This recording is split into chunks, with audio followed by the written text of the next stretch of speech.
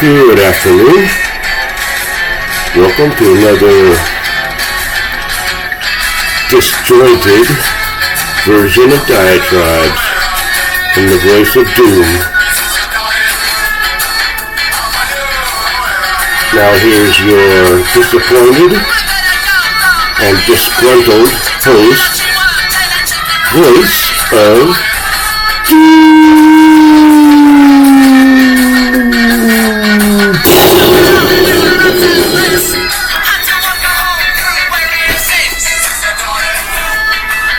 specials.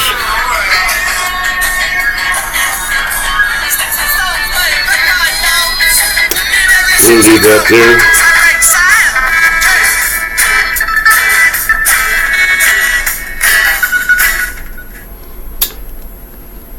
We used to play a lot of the specials when I was in a new wave punk band. Fun band to play. Ska's great.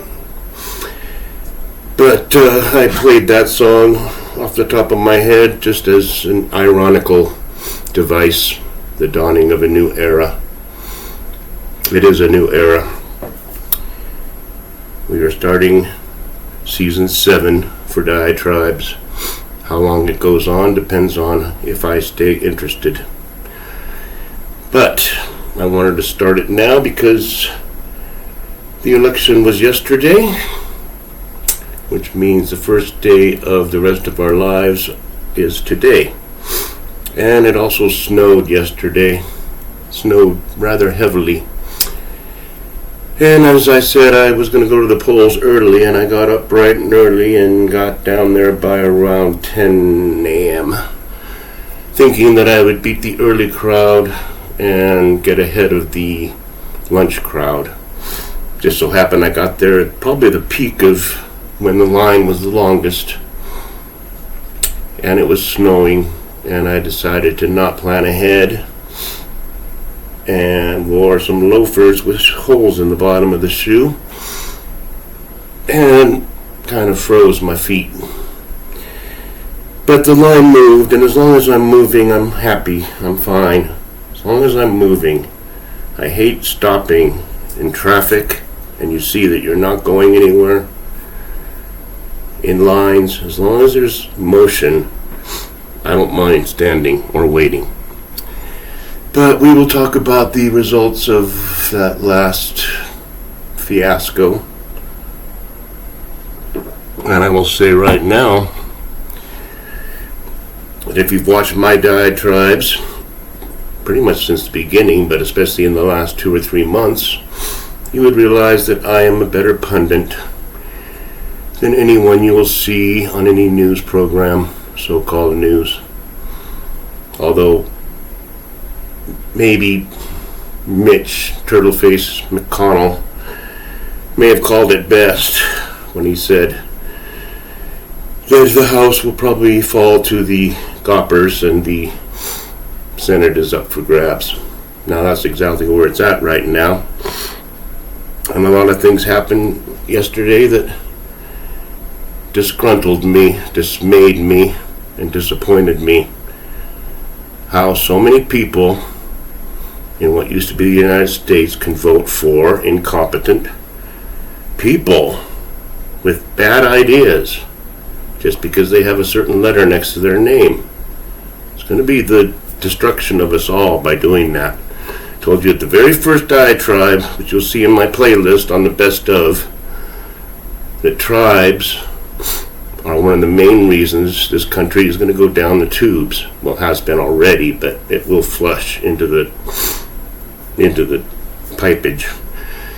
Now, how was I right? Well, I said the Dems wouldn't do as badly as people think. First of all,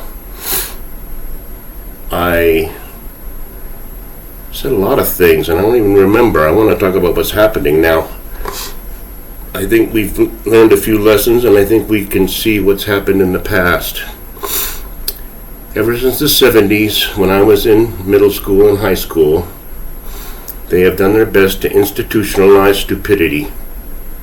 And I'll give you some examples. First of all, in the late 70s and 80s, there was a phrase called, "Don't work too hard." Whenever you say, "I'm going off to work," or wherever you're going, people would say, "Don't work too hard," as if working less is your goal. Like, try to get as much as you can for very little effort. Hated that phrase. But it was very common for people to say, "Don't work too hard." Now, there was another phrase that's been around for decades now, and I'm sick of it. Didn't like it when I first heard it. Never used it. Never will. Especially in advertising, you hear this phrase, "It's a no-brainer." Because your goal is to not have to exert your mind. If you can get things done or get a good deal or get a product that's good without having to actually think, that is your goal. Now look what we have now.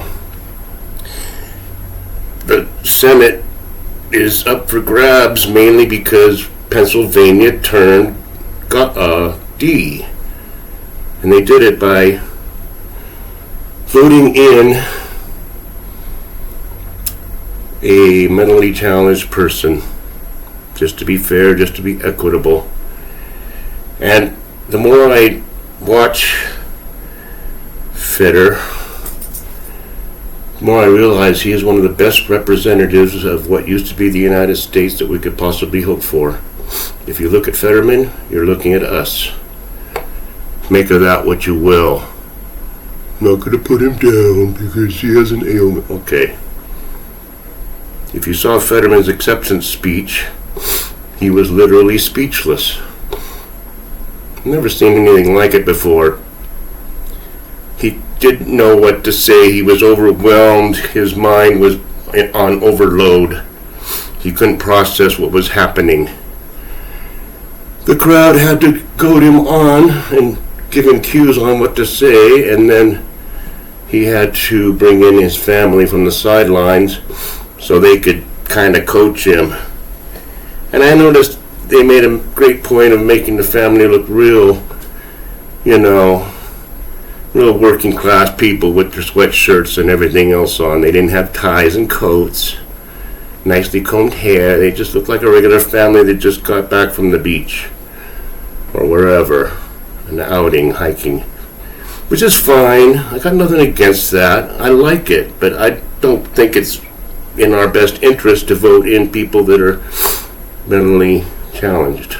It's just my opinion. Now, I am happy to say, from my last perusal of the returns, that Adam Laxalt is the senator from Nevada, and that he ousted Cortez Masto, who I did not vote for.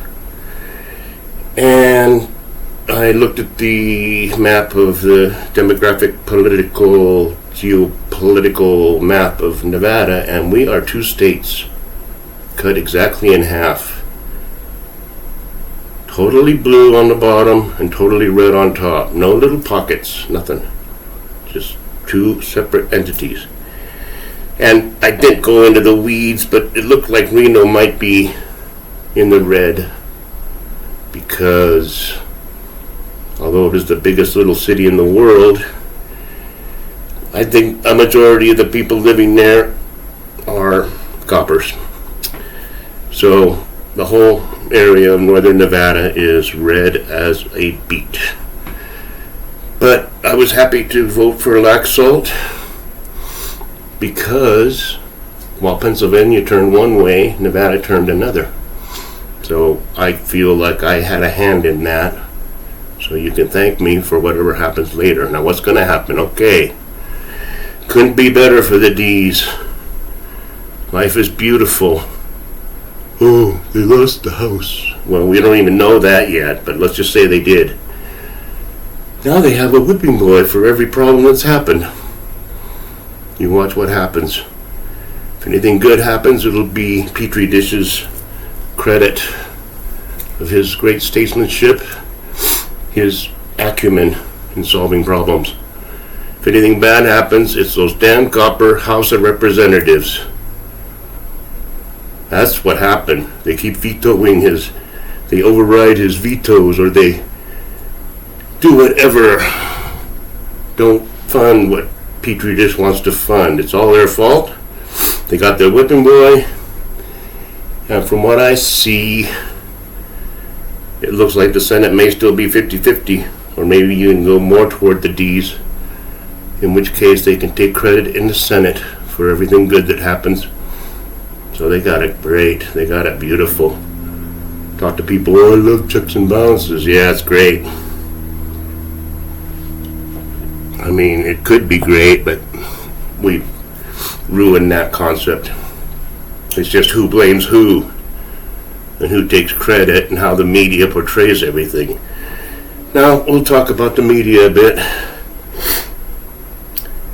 They're not going to be able to rant and rave about election denying, since both sides seems to have won different pieces of the pie.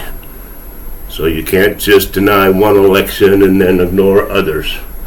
And since a lot of the discrepancies happened where Goppers lost, there's no need to talk about that. And if Goppers won, let's just let it go, because if we start ranting about, voter discrepancies in elections, then they might start digging deeper and realize how much the cheating has been rampant. So, one last thought before I let you go, because I could probably talk about this for a while and see what happens, but alright, there's some effects under the current. Now, first of all, Orangey, they're going to say that he's lost his clout, that the day of the orange wave is over, because a lot of his people didn't make it in, and a new hero has arisen in the name of DeSantis, who everybody is talking about as the next Gopper leader. Okay, that's fine. Got nothing against him. So that's fine. But I think the era of celebrity politicians is going to come to an end. And I'll tell you why.